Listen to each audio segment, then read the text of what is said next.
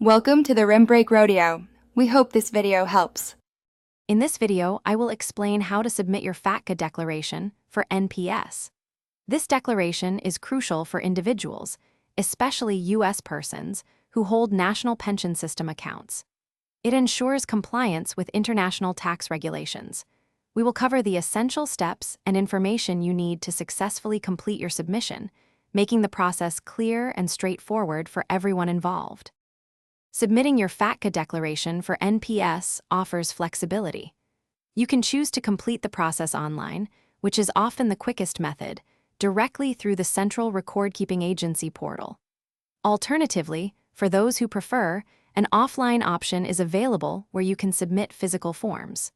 Both methods require careful attention to detail to ensure accuracy and timely processing. When preparing your FATCA declaration, gathering the right information is key. You will need to provide your complete personal details, including your full name and current address. Crucially, have your permanent account number and Aadhaar number ready.